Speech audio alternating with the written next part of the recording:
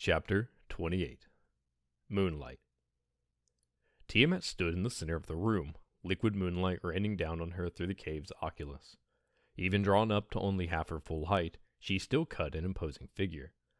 A figure made all the more imposing by the harshness in her eyes and the way her claws laced together to form a network of sharp points. She had a sort of half-smile on her face, the same one that adorns a wolf's face when their pack has surrounded some unfortunate prey. Only Tiamat didn't need an entire pack of wolves to be intimidating. She managed just fine on her own. Trixie, on the other hand, could barely bring herself to stand up. She sat back on her haunches, looking up at the Drake Queen and contemplating her response. She opened and closed her mouth a few times, only empty, wordless air coming out. Eventually, Tiamat grew impatient. She unlaced her fingers. "It is not a difficult question, my dear," she said. "All I ask is that you tell me exactly what my father, what Abraxas, told you when you spoke. And before you try to lie to me again, know this. One word from me, and all your friends' short lives will be made even shorter." Her face hardened, as much as it could, being scaly and hard to begin with. "I know you must think of me as some kind of monster, but I have no intention of bringing harm to your friends, nor you. Not unless I need to. And should that be the case, I will not hesitate. That, I'm sure, you can believe." Trixie chuckled humorlessly despite the situation. "I don't suppose I have much of a choice then," she responded. Propping herself up using a nearby rock, Trixie did her best to look calm and composed. Her eyes upturned, she looked to Tiamat and said, "But how can I know that you won't just throw me back in that cell and keep us all locked up forever once I tell you what you want to know? How will you guarantee their safety, and mine?" Tiamat's laughter boomed in the cavernous room. She swooped down and came face to face with Trixie. With her ruby eyes, she studied Trixie for a moment, then said, "My dear, I think you misunderstand the situation. From where I'm standing, you have no leverage. You can't bargain with something you don't have." "But I do have something. I do have some leverage." "Oh?" Tiamat raised an eyebrow. Trixie nodded. "Yes, I have the information you want." The Drake Queen's lips curled into a serpentine smile. "You do have that," she admitted. "But let's imagine, for example, that you didn't tell me what I want to know. What then? I have your friends killed and you placed back in the dungeon. Yes, you may win temporarily, but your friends will be dead, and it will only be a matter of time before you open up to me." Her smile grew even wider. "Time, I remind you, is an old friend of mine, and he is certainly on my side." She brought a claw up to Trixie's face and stroked her jawline. "So, my dear, it's up to you what happens from here. But I might suggest that you be a good girl and just tell me the truth. Is it really in your best interest, as well as your friends? I told you before, if you do as I ask, no harm will befall you, or your friends. So, my dear, it's really up to you what happens from here. But might I suggest that you be a good girl and just tell the truth?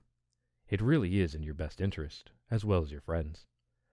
I told you before, if you do as I ask, no harm will befall you or your friends. I give you my word as Queen of the Drakes." Trixie considered Tiamat's words for a moment, then shrugged. "You drive a hard bargain," she said. "I won't let Polaris and the others be hurt just because of me, so fine. I'll tell you what the dragon's eye told me." "Good answer," Tiamat said, her lips curling back to reveal sharpened teeth. Trixie sucked in a breath, then let it out in a slow sigh. "So, where do I begin?" "At the beginning, of course," Tiamat said expressionlessly. Yes. And I expect to hear everything," she added. "Well, obviously, so get on with it." Trixie nodded quickly. "Right, of course," she said, looking away. "So it all started when I traveled to the backwater town of Ponyville. After a successful performance, and through no fault of my own, an Ursa Minor was brought into the town where it wreaked havoc and destruction and whatnot. Anyway, unable to stop it, again, she muttered under her breath, another mare, Twilight Sparkle, stepped in and saved the town. Naturally, Tiamat waved her hand dismissively. I'm not interested in whatever squabbles you have with any other ponies. I care only what you were told while speaking with Abraxas. You may skip to that part. Trixie held up her hoof. Ah, but this is important to the story, because it was due to this defeat that I sought out Nadir, and it was Nadir who told me about the dragon's eye. She looked up to Tiamat for approval to continue, but she said nothing. Taking that as her answer, Trixie returned to where she had left off. Nadir told me about a potion that I could drink to speak with the dragon's eye. She told me that it would tell me exactly what I needed to hear, and nothing more. After I drank the dragon's blood, I woke up in a dream in the far north, past the Onyx Mountains. Tiamat bobbed her head, like she had heard this all before. Yes, he did always have a certain fondness for mountains and snow, she mumbled. Continue. What did he say when you arrived? Trixie brought a hoof to her chin as she thought. It was all very cryptic, she said. There was lots of talk about this being my destiny and how it was fate that I should speak with him. He went on and on about that. It seemed like he wanted to make sure that I knew that, Trixie said slowly as if realizing something. And a flair for the dramatic, it seems, Tiamat said under her breath. What else? Trixie tapped her chin again. He said that it was my destiny to choose my own destiny, that I would have to travel to the end of the world to see what it had in store for me, and that I would meet a pony along the way who would help me. He said that I would have to face Shepherd, whoever that is. Tiamat's eyes narrowed.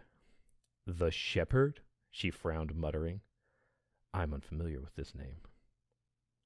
Trixie nodded. That's what he said, although he did say that I didn't necessarily have to fight it. The Shepherd, or anything. He said that I would have to choose what to do. The Drake Queen stroked her jaw. And this is all Abraxas told you, about your fate and your destiny? Anything else? I didn't really believe him at the time, Trixie's words trailed off. She bit her lip, looking up to the starry sky, hoping for some kind of guidance. I don't know, she admitted. It seems like things have sort of been falling into place since I told you it was my destiny to pass the Onyx Mountains. I met 2 ponies who agreed to help me get there, just like he said I would.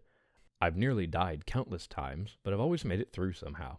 It all feels too convenient to be luck. Trixie shuffled her hooves. Maybe it is my destiny. Clearly you must believe Abraxas is at least in part, Tiamat observed. What do you mean? She splayed out her hands. Look at where you are, my dear. You didn't come this far for something you don't believe in. If you really didn't believe it was your destiny, then you wouldn't have traveled this far to test that theory. Whether or not you consciously thought it, you always believed what Abraxas told you, even if you may have doubted it at the time. I'm sure whatever he said you would gain from this quest must have sounded very enticing. She frowned, but I still can't discern what his goal is. What is my father getting out of this? Trixie shook her head. What is he getting out of this? I thought he was just telling me my destiny. Isn't that his job as the dragon's eye? Why would he gain anything from it? Tiamat chuckled. Oh, my dear, you are so delightfully naive. Do you really think that an all-powerful dragon such as Abraxas, the very being who brought your world into existence, would do something as menial as speak with mere mortals, describing with cryptic words their fates or their destinies? She chuckled again. No, I assure you. Abraxas is very much doing this for himself and no one else. I just don't know what he's after. She flicked her tongue. Abraxas, you crafty old dragon. Just what the hell do you want? Trixie stared at Tiamat, her face clouded in confusion. But what about my destiny and all that stuff? Aren't I meant to face the shepherd and scale the Onyx Mountains? Destiny, fate, these words mean nothing, Tiamat said harshly. They don't exist in this world any more than they do in any other. Every choice, every decision you've made that's brought you here was exactly that. A choice you made, without the guidance or any preordained path set before you by some cosmic being. You said that you had cheated death numerous times in coming here, correct? Trixie nodded slowly. You did so by your own strength, or the strength of others, not because it was meant to be. Destiny, as you see it, simply doesn't exist. But But why? Why? Tiamat raised an eyebrow. Trixie stood up, tilting her head to the side. If that's true, and destiny truly doesn't exist, then why would Abraxas lie to me? And further, how come everything he told me would happen has happened? I found it hard enough to believe that I wasn't in control of my destiny, but after everything that's happened, it seems more and more likely. Now you're telling me that it's all a lie? Who am I supposed to believe? Tiamat sighed. You ponies are such simple creatures. It's like you can't think for yourselves, or logically for that matter. She pointed up to the moon, through the hole in the ceiling. Abraxas, my father, is up there, right now. He lives in an actual physical place. If you were to travel to the moon this instant, you would find him in the center, still slumbering away, speaking with gullible mortals like you through some mystical potions and other ethereal means. He may be the only true dragon left, but he doesn't hold so much power as to be able to shape the fate of the world, or even individuals, himself. I've lived long enough to know that nothing in this world is certain, especially not the future. Time is the true ruler of the universe. The only reason everything has happened the way he said it is because you believed what he said was the truth, so your own belief in his false truth made you subconsciously follow through with it. You have been fulfilling your own prophecy. She brought her hand back down and pointed it at Trixie's chest, jabbing for emphasis. The short and simple truth is that you are being played by my father. He has fooled you into believing you are on some noble quest, but really, you're just his errand girl. For reasons unknown to me, he has chosen you to be a pawn in whatever cosmic chess game he's playing. I don't know what he's after, but I know that it's not your happiness, and I know that he'll do anything to get what he wants, especially if it involves fooling mortals. Trixie slumped back down. So, all this time, I've been doing this for nothing. She glanced up at Tiamat. How am I supposed to believe you? Maybe you're the one who's trying to trick me into believing that my destiny isn't real so that I won't complete whatever it is Abraxas wants me to do. How can I know that what you're saying is the truth? Tiamat laughed. I don't care what you believe, my dear. All I'm telling you is the truth. Whether or not you want to see it that way is your business, but regardless, you will pass through the Onyx Mountains and reach the end of the world. Trixie's jaw dropped slightly. What? She said slowly. You will do exactly what Abraxas has told you. You will cross those black mountains north of here and face his shepherd.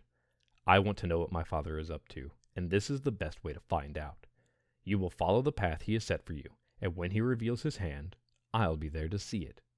She wrung her hands. I won't let whatever scheme he's hatching come to fruition. So, you're letting me go? Trixie asked cautiously. I'm going to be allowed to leave? Tiamat nodded. Yes, you are free. And my friends. Tiamat remained silent for a moment, considering this, and then said, Yes, and your friends may go free as well. Trixie did her best not to let her excitement get the better of her. Despite this, she couldn't keep a grin from exploding across her face. So then it must be destiny. I'm getting to continue my journey, and with the 2 ponies I need still unharmed. Tiamat smiled for what felt like the 100th time that night, her sleek features pulled back into a tight, wolfish smile. Destiny, she repeated. As I've said before, I don't care what you believe, but know that you and your friends are leaving safely because I have made a choice, and certainly not one that was made lightly, not because of your imagined destiny.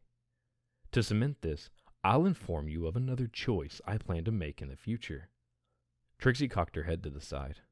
I'll have you escorted back out from the caves tomorrow morning, and you will be sent on your way to Frostvale. From there, you will continue on your journey to the end of the world. However, should you stray from your path, or attempt to leave or run away, she grinned again, the choice I'll be making won't end so pleasantly for you or your friends. I'll be keeping an eye on you and your journey, and I won't hesitate to remind you of your duty, should you forget. Drawing herself up, Trixie said, I won't try to run. I'll do as you ask, but not because you told me to. Because it's my destiny. I'm meant to reach the end. And so, I will.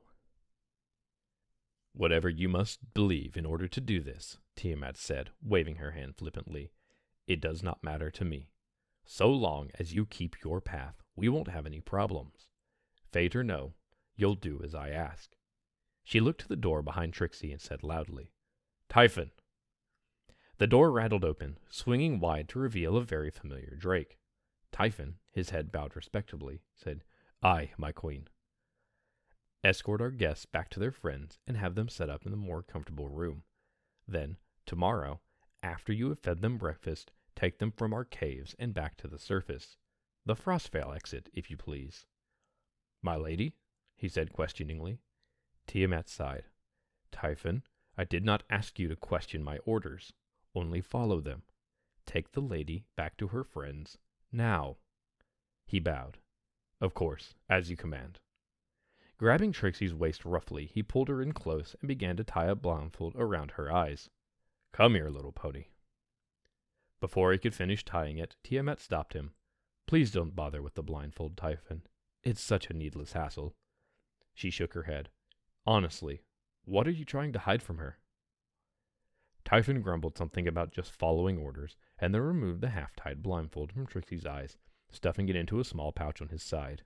He turned back to the door and held it open for Trixie. He waved for her to go through, saying, Well, go on. I ain't got all night, missy. Trixie, not knowing what else to do, followed him through the door, but not before giving one last look over her shoulder at Tiamat. Bathed in silvery moonlight, she stared up at the sky, lost in her own thoughts and ignoring Trixie. As the only pony in the room, Trixie couldn't help but feel somewhat small compared to the other occupants, and yet, somehow looking at Tiamat now, she didn't seem so big and frightening. The way the cold light played across her face made her look rather stunning, almost like one of the statues in Canterlot. If anything, she now looked serene. Finally making up her mind, Trixie, before exiting the room, called out to the Drake Queen. Thank you, she said, for letting us go. Tiamat turned slowly from the moonlight and looked over at Trixie.